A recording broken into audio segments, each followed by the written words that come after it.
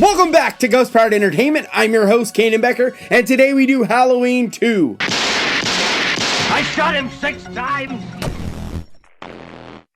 I am talking about the real possibility that he is still out there. 3 teenagers have been found murdered in a house in the northwest section of Haddonfield. And real quick, before we get into this, if you could hit that like button for me, because that really helps this channel out so much. And with that, let's get into this. So if you didn't already check out my review of the original OG Halloween, it's right up here. But today we move on to Halloween 2, and this is part of the series where I'm reviewing the entire Halloween franchise leading up to this October when Halloween Kills comes out.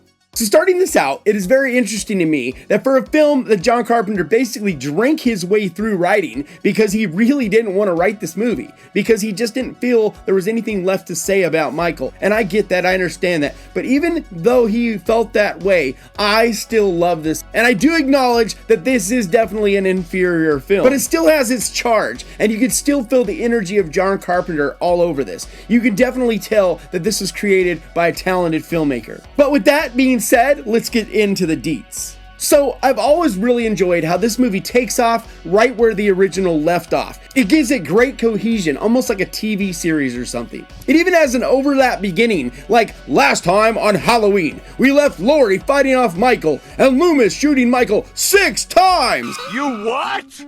What? What the fuck? What?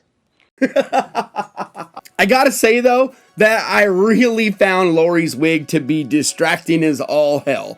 Like, it is bad. And I understand she had, another role, and so her hair was cut and whatnot, so they had to put a wig on her. And I get that. But, Jesus, couldn't they find a better wig? This film does feel less creepy to me than the original. It is still very dark, and they did use a lot of similar camera angles, and it does feel like a higher budget film. You can see the use of sets, as well as bit part actors. I do really appreciate that the blood feels like blood in this film. In a lot of older movies, it just feels like paint, which it's pretty much because it was paint, but still, I'm just saying, it feels like blood in this. This film is better lit, which does lead to that higher production quality like I was talking about. But in a lot of ways, that takes away from the disturbing shadows as well as the creepy overall feel of this. The sound design is outstanding again in this film, leading to a lot of the same creepiness that it did in the original. But I don't know what it is about the song Mr. Sandman, but it has always creeped me the fuck out. Mr. Sandman, bring me a dream. So Michael's mask does look extremely different in this film, even though it is the same mask, but apparently it was stored underneath a bed in a smoker's home for the 2 years basically between movies, and it just really did damage to it. But I like it, man. I love how this mask looks. I think the damage that was caused gave it an even creepier look, and this might be my favorite of all Michael Myers masks. I love the scene with Ben Tramer. It gives you a different feel of the situation, and it really shows you the hysteria that is happening in this sleepy little town. Is it him?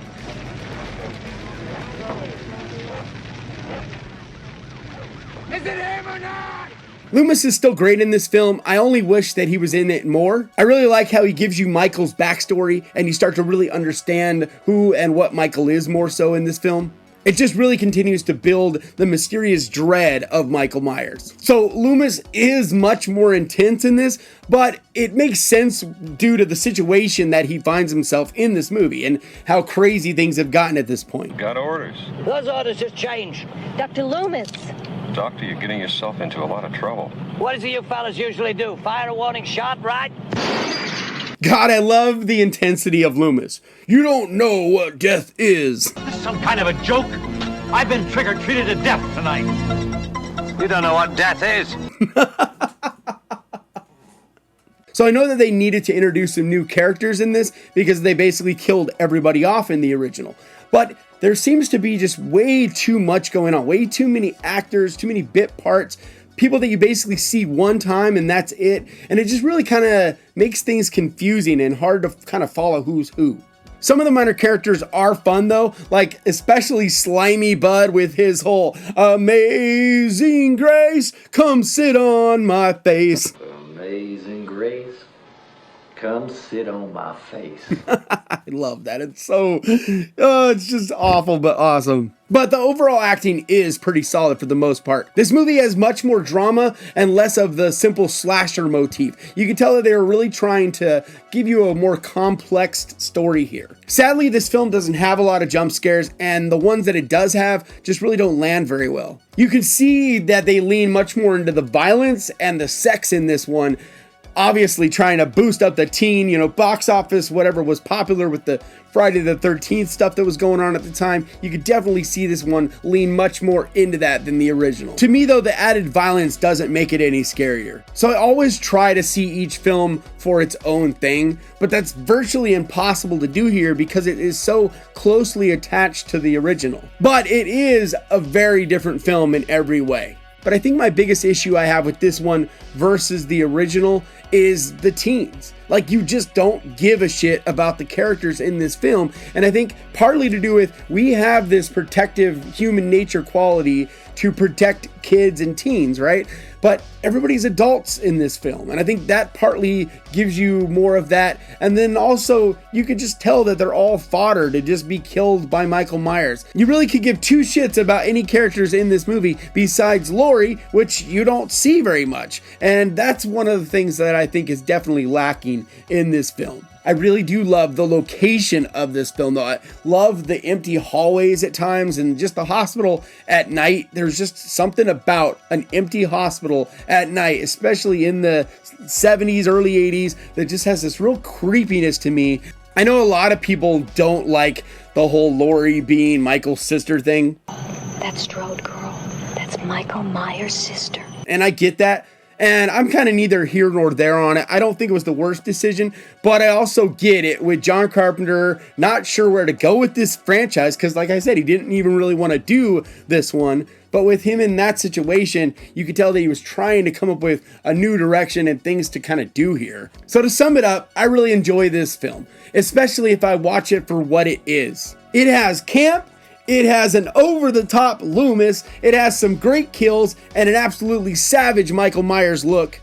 So I love it for what it is. But when I compare it to the original, it does come up short. But just all in all, I still think it's a good watch, and I do definitely enjoy it. All right, guys, that's going to do it for me today. Please leave your comments down below. Let me know what you think of this movie. If you love it, if you hate it, whatever. I just love hearing from you guys. And if you could do me a favor and hit that subscribe button and ding that little bell, because that is the best way to keep track of this channel. And when I post videos like this, and I try to post videos like this at least 2 times every week, I also want to give a huge thank you to my patrons, because your support means so much to me. And if you would like to find out more about becoming a patron, the link is down in the description. And like always, thank you so much for watching. Please crush that like button. And remember, guys, horror can be fun. I will see you guys next time.